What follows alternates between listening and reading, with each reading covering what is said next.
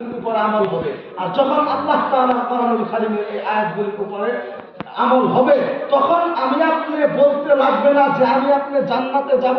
আল্লাহর ফেরেশতারা আমার আপনার জন্য দোয়া করবে যে হে মালিক, দুনিয়ার জমিনে তোমার বান্দাদেরকে তুমি যে কারণে পাঠিয়েছ, তোমার সেই কারণগুলি তো তোমার বান্দারা মেনে দুনিয়ার জমিনে তুমি এবং তোমার হাবিবের গুণগান গেয়ে, তোমার কোরআনুল কারীমের উপরে আমল করে, তোমার হাবিবের হাদিসগুলির উপরে আমল করে তারা তো তোমাকে সন্তুষ্ট করার জন্য তাদের জিন্দেগিকে বিলিয়ে দিয়েছে।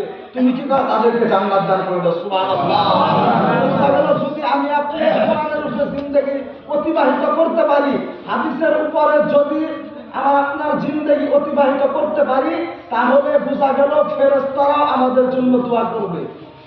বোঝা গেল না?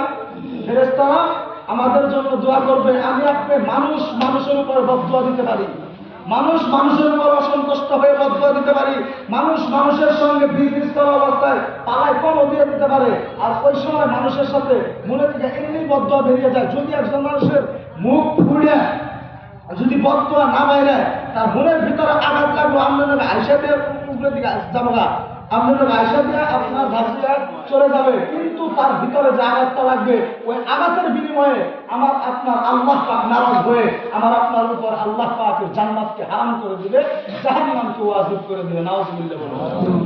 সেটা বোঝা গেল দুনিয়াতে মানুষের জন্য বদদুয়া করতে পারে, কিন্তু আল্লাহর ফেরেশতারা কোনোদিন মানুষের জন্য বদদুয়া করতে পারে না।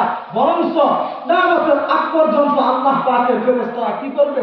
মানুষের জন্য ভালো ভালো দোয়া করবে।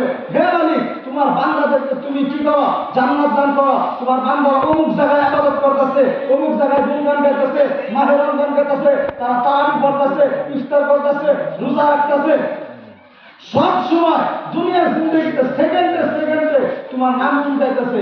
আমার আপনার এই সেকেন্ডের মাঝে যে চুরি, ব্যভিচার, জিনা